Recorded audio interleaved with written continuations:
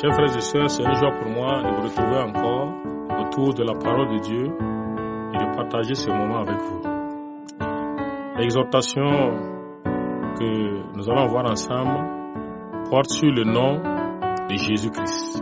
Vous voyez, quand vous lisez la Bible depuis Genèse, vous vous rendez compte de quelque chose.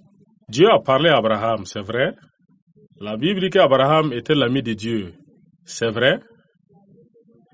Mais dans cette amitié, quelque chose est resté non révélé à Abraham. Abraham a connu Dieu sous le nom Dieu ou l'Éternel. Nous allons le lire ensemble dans Genèse. Prenons Genèse à partir du chapitre 12 au verset 1. Il est dit là-bas, l'Éternel.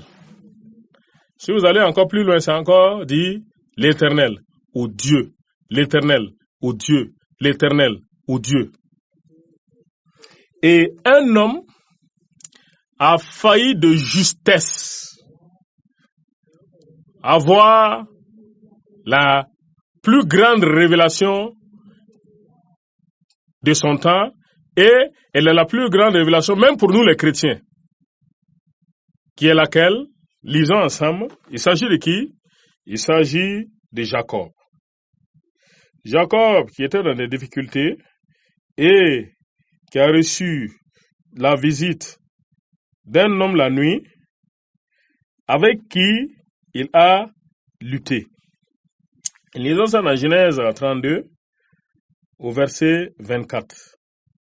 Jacob demeura seul. Alors un homme lutta avec lui jusqu'au lever de l'aurore. Voyant qu'il ne pouvait le vaincre, cet homme le frappa à l'emboîture de la hanche, et l'emboîture de la hanche de Jacob se démit, pendant qu'il luttait avec lui. Il dit, « Laisse-moi aller. » Et Jacob répondit, « Je ne te laisserai point aller, que tu ne m'aies béni. » Il lui dit, « Quel est ton nom ?» Elle le répondit, « Jacob. » Il dit encore, « Ton nom ne sera plus Jacob, mais ton nom sera appelé Israël, car tu as lutté avec Dieu et avec les hommes, et tu as été vainqueur. » Vous voyez quelqu'un qui est dans des difficultés et qui se met à lutter avec l'ange de l'Éternel. Et après avoir obtenu la victoire, quand Jacob a été rassuré par Dieu qu'il a obtenu la victoire, Jacob est allé maintenant au-delà de sa requête. Jacob s'intéresse à l'identité et au nom de la personne qui a lutté avec lui. Voilà quelqu'un qui est sauvé, qui a reçu le secours de Dieu et qui pose des questions.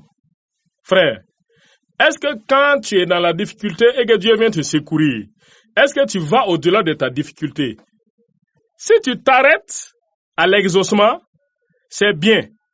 L'exaucement est là, mais tu peux encore manquer ce qui est devant. Jacob n'a pas voulu être comme toi, il n'a pas voulu être comme moi. Jacob est allé au-delà de sa requête. Maintenant, ses yeux voient clair. D'après quelqu'un, au verset 29, Jacob l'interrogea en disant, « Fais-moi, je te prie, connaître ton nom. » Vous voyez, Jacob, qui est en difficulté, qui a été secouru, et après le secours dont il a été l'objet, il s'intéresse au nom de la personne qui lutte contre lui. Jacob s'intéresse à l'identité. Tu es qui? Comment tu t'appelles? Il lui répondit, « Pourquoi demandes-tu mon nom? » Et il le bénit. C'est quoi? L'homme qui luttait avec Jacob là a demandé à Jacob, « Jacob, il n'est pas encore temps que mon nom soit connu. Pourquoi tu demandes mon nom? » Jacob, tu veux mon nom pour faire quoi? Dieu l'a caché. Moi-même, j'ai caché le nom là. Je refuse même de révéler le nom là. Vous voyez? Dieu a refusé de dévoiler son nom. Vous allez entendre partout les gens dire, oh, nous on croit en Dieu, nous on croit en Dieu, nous on suit Dieu, nous on prie Dieu. Nous on ne s'inquiète pas des paroles de ces personnes-là. Dieu a un nom et Dieu a une identité. Dieu est identifiable. Quand toi et moi nous venons dans ce monde, nous portons des noms et des prénoms pour nous identifier, nous distinguer des autres. Donc, partout les gens disent non, nous aussi on a Dieu, nous aussi on croit Dieu. Mon ami, ces paroles nous font rire. Dieu a un nom Voilà que Jacob est en train de demander son nom. L'homme l'a dit à Jacob, pourquoi demandes-tu mon nom? Et il le bénit. Et il est parti, sans avoir révélé son nom à Jacob.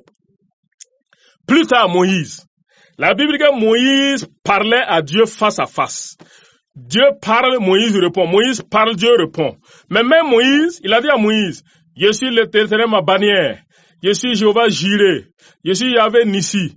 C'est Dieu, Dieu a lié son nom aux circonstances que les hommes vivaient. Mais le nom propre de Dieu n'a pas été révélé dans Exode. Les gens disent, mais il s'agit de quel être mystérieux qui peut apporter le secours, qui peut délivrer, qui peut sauver, qui peut faire naître, qui peut ressusciter, mais il n'a pas de nom. Quel est son nom? Nous, on veut connaître son nom. Et Dieu a gardé les choses voilées jusqu'à ce que les années se sont succédées, les années se sont multipliées, des milliers et des milliers d'années. Les années ont passé. Quand même il se révèle à Moïse, il a donné un nom abrégé, YHWH. Les gens lisent, il y en a qui lisent ça Yahweh, d'autres lisent ça Jéhovah, et ainsi de suite. Donc, le nom de Dieu est resté un mystère. Mais si c'est un nom, pourquoi il comporte 4 lettres abrégées, 4 lettres YHWH? Il est qui, lui là? Il peut faire de grandes choses. Il peut secourir, il peut délivrer, il peut ressusciter. Mais si nous gagnons son nom va être une clé. Parce que si tu as le nom de quelqu'un, s'il t'appelle Ibrahim, ou bien s'il t'appelle Francis, dès qu'on va dire Francis, tu te retournes. Quand on va dire Ibrahim, viens ici, tu sais que c'est de toi on parle. Donc, ils se sont rendus compte que si tu as le nom de Dieu, tu as Dieu avec toi. Parce que dès que tu vas appeler son nom, il dit, partout où je rappellerai mon nom. Il dit, partout tu vas appeler mon nom, je vais venir et je vais te bénir. Maintenant, les gens sont préoccupés par connaître le nom de Dieu. Parce que le nom de Dieu, c'est l'adresse de Dieu. Le nom de Dieu, c'est la précision. Quand tu connais le nom de Dieu, tu l'as touché. Il est, puisqu'il connaît mon nom, je vais faire quoi? Je vais le délivrer. Dans Psaume 91. Puisqu'il connaît mon nom. David a dit, ceux qui connaissent ton nom se confient en ton nom. Ah! Voilà maintenant Dieu qui s'est révélé à l'homme, mais qui a gardé son nom fermé.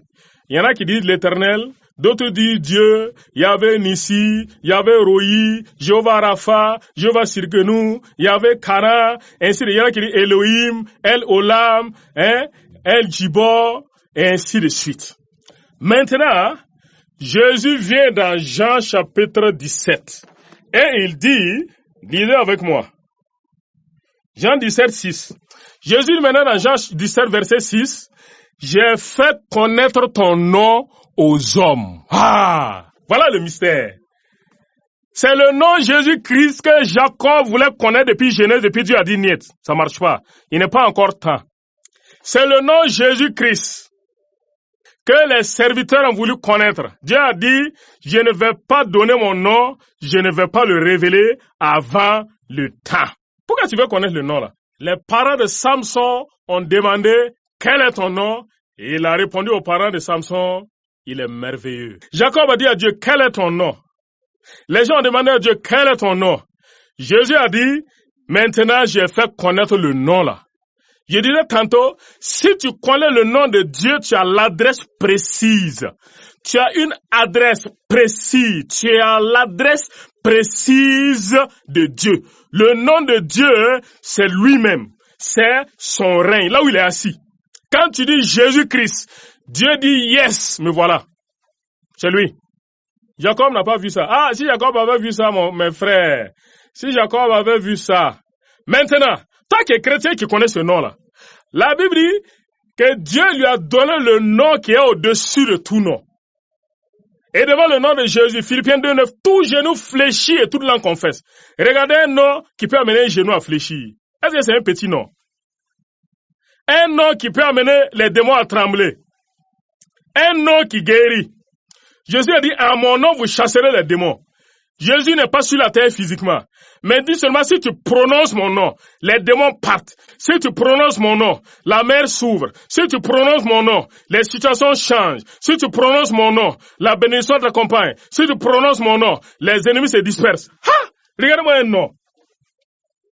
Et la Bible dit, celui qui croit en son nom, faut pas passer ton temps à dire que toi tu crois. On croit au nom de Jésus. On est sauvé au nom de Jésus. On a foi en son nom. La Bible dit, celui qui croit que Jésus est le Fils de Dieu. Et il faut connaître le nom et puis croire au nom. Si tu crois au nom de Jésus, tu es sauvé. C'est comme ça. Le nom de Dieu, c'est Dieu lui-même. C'est l'adresse précise. Jésus a dit que c'est lui, Jésus-Christ, que le Père a marqué de son sceau. Ça veut dire que le nom de Jésus-Christ révèle l'agrément et la faveur de Dieu. Le nom là. Donc, nous qui sommes chrétiens, vous qui êtes chrétiens et chrétiennes, vous connaissez maintenant le nom de Dieu. Rien ne doit pouvoir vous arrêter. Le nom de Dieu, c'est l'adresse précise de Dieu. Le nom de Dieu, c'est lui-même.